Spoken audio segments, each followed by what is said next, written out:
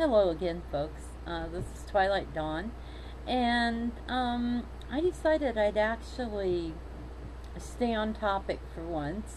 I'll put off telling you about my brand new puppy and all that good stuff later.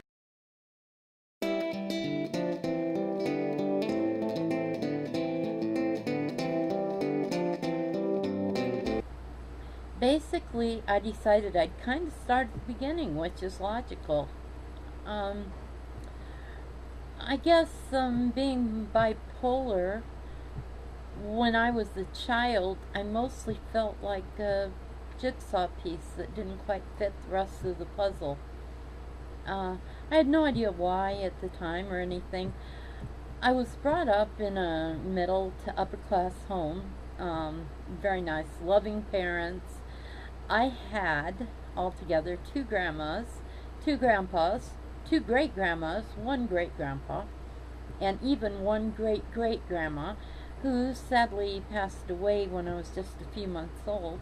However, before that happened, we got a 5 month or a 5 generation picture taken, which I cherish to this day. Um, I don't know. I think most of my young childhood, at home, mom and dad, little brother who later on turned out to be my middle brother, we were pretty close. And in fact, I think at one point he was going to cut my toe off or something. He wanted to grow up to be a doctor and cut my toe off. Uh, but that was cute anyway. I won't tell any more stories on him. Let's see. But anyway, so I'm all safe and happy at home, and I'm feeling very, very loved. And um, my mother and father both worked, so that we were babysat usually by our grandparents. However, my aunts, I had a couple of aunts who were, I don't know, 13 and 15 years old when I was born. But they came over and babysat us at home. And everything was just fine. I was in my own little world and feeling very, very safe and secure and all that. Then I went to kindergarten. Now, I had been kind of looking forward to going to kindergarten, from what I remember. My whole family told me what a big girl I was, and I was just going to love it, and I was going to learn a bunch of stuff. And the best part was I was going to get to play with a bunch more kids, and which is great. You love your brother, but you get kind of tired of the same old face every day. Even when well, never mind. Again, I won't tell anything on him.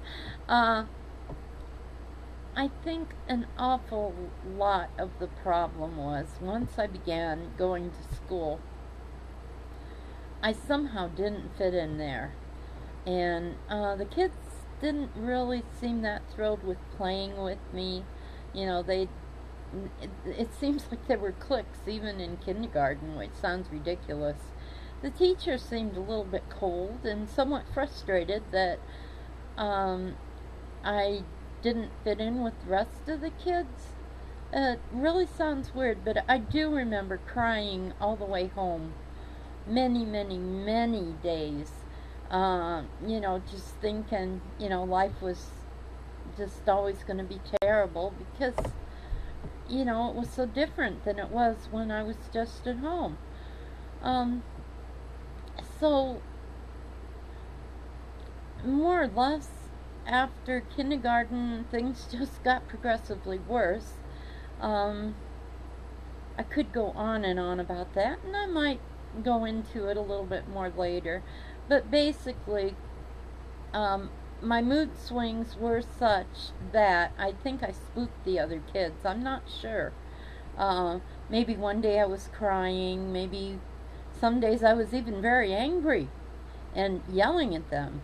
And most of the time, though, I was just very, very sad, very withdrawn, and crying an awful lot.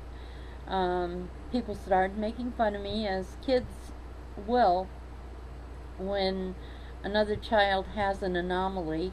I think I counted once. I had 5 or 6. You know, an anomaly is something that is basically different than your peers or what have you. And you know, I was slightly crippled. I don't know if crippled's the right word. I was pigeon-toed. Um, I was. Oh, by the way, when I was born with 6 fingers on each hand. Uh, those were removed though when I was 3 days old, and you know that's got nothing to do with anything really, except that's an interesting anomaly.